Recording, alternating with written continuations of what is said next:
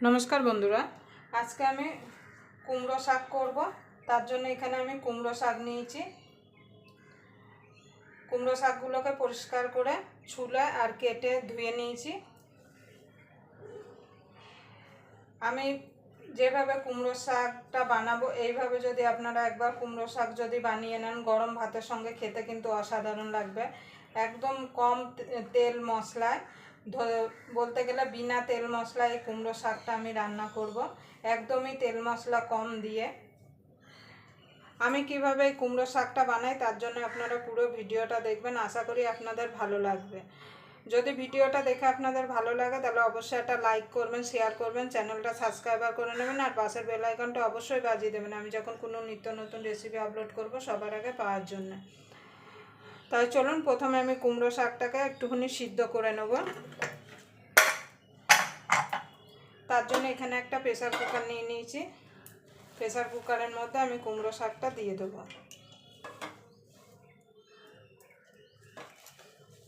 আমি যেভাবে কুমড়ো শাকটা বানাচ্ছি আপনারা একবার এইভাবে কুমড়ো শাকটা বানিয়ে দেখুন।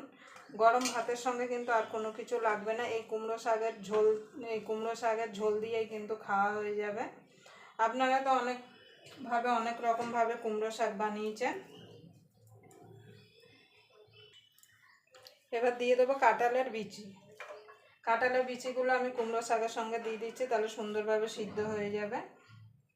এখন কিন্তু বাজারে পাকা কাঁঠাল বেরিয়ে গেছে, আর কাঁঠাল খেয়ে কাঁঠালের বিচি ফেলবেন না। কাঁঠালের বিচি দিয়ে কিন্তু নানা রকম রেসিপি বানানো যায়, যে কোনো তরকারিতে দিলেও কিন্তু খেতে ভালো লাগে।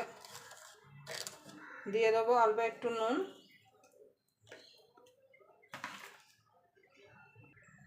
দিয়ে দেবো জল। খুব বেশি জল দেবো না, হাফ কাপ মতো জল দিলাম। এবার ঢাকনা দিয়ে এটাকে আমি দুটো সিটি মেনে নেব। আপনাদের প্রেসার কুকার বুঝে আপনারা সিটিটা দেবেন।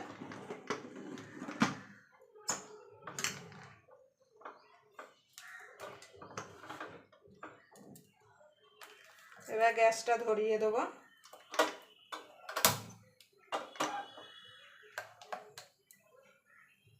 দেখুন বন্ধু দুটো সিটি পড়ে গেছে। আমি গ্যাসটা নিভিয়ে দেবো। নিভিয়ে এবার প্রেসার কুকারটা আমি ঠান্ডা হতে দেবো। দেখুন বন্ধুরা, দেখুন সুন্দরভাবে সিদ্ধ হয়ে গেছে। দেখুন ডাটাগুলো সিদ্ধ হয়ে গেছে। এবার এটা আমি সাইডে রেখে দেবো।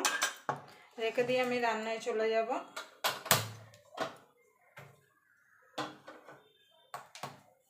এবার কড়াইটা গরম হতে দেবো। দেখুন বন্ধুরা, এখানে তেল দিয়ে দিয়েছি। অবশ্যই কিন্তু সর্ষের তেলে রান্নাটা করবেন। এখানে আমি বিউলির ডালের বড়ি নিয়ে নিয়েছি। বড়িগুলোকে একটু লাল লাল করে ভেজে নেব।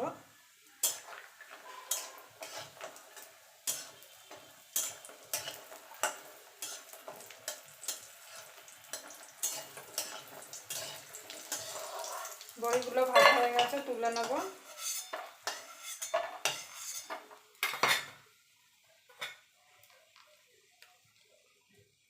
ফোড়নে দিয়ে দেবো দুটো শুকনো লঙ্কা, কালো জিরে।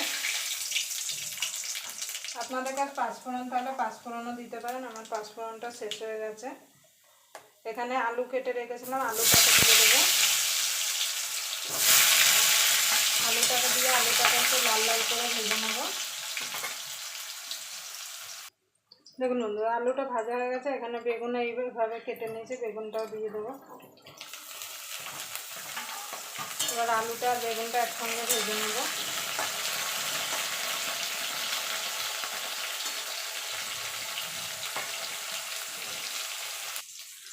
দেখুন বন্ধু, ভাজা ভাজা হয়ে গেছে। এখানে আমি সর্ষে, গোটা জিরে আর কাঁচা লঙ্কা বেটে রেখেছিলাম, সেটা দিয়ে দেবো।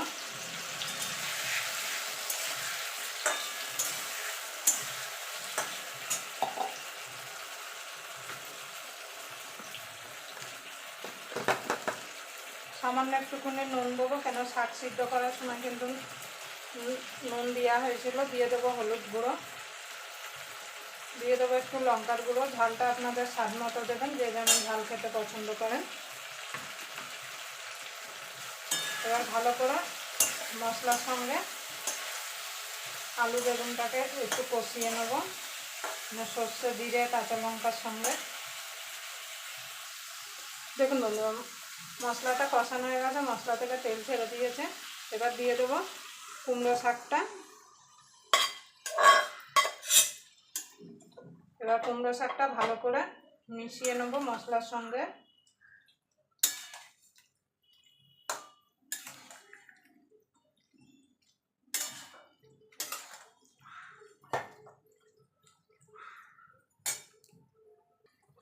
দেখুন বন্ধু মশলার সঙ্গে ভালো করে কুমড়ো শাকটা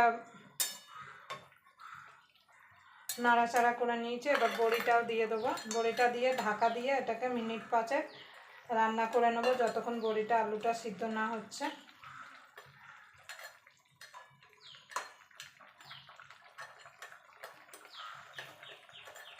বড়িটা কিন্তু ভালো করে সিদ্ধ করে নিতে হবে, না হলে খেতে গেলে কিন্তু শক্ত শক্ত লাগবে।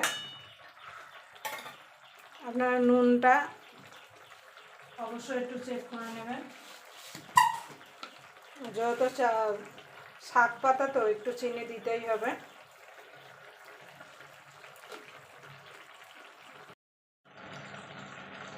দেখুন বন্ধুরা 3টা চেরা কাঁচা লঙ্কা দিয়ে দেবো। দেখুন তো আমার কুমড়ো শাকের তরকারিটা হয়ে গেছে। দেখুন সুন্দরভাবে সব কিছু সিদ্ধ হয়ে গেছে। দেখুন বড়িও দেখুন তুলে দেখুন কত বড় হয়েছে। এইটুকু ঝোল তাহলে ঠান্ডা হলে একটু শুকিয়ে যাবে। এবার আমি নামিয়ে দেবো। আপনার নুন মিষ্টিটা অবশ্যই চেক করে নেবেন, আর এইভাবে একবার বাড়িতে বানিয়ে খেয়ে কমেন্ট বক্সে জানাতে ভুলবেন না যে কেমন হলো। আবার আপনাদের সঙ্গে কোনো নতুন রেসিপি নিয়ে দেখা হবে। ততক্ষণ পর্যন্ত আপনারা ভালো থাকবেন, সুস্থ থাকবেন। এবার আমি নামিয়ে দেবো।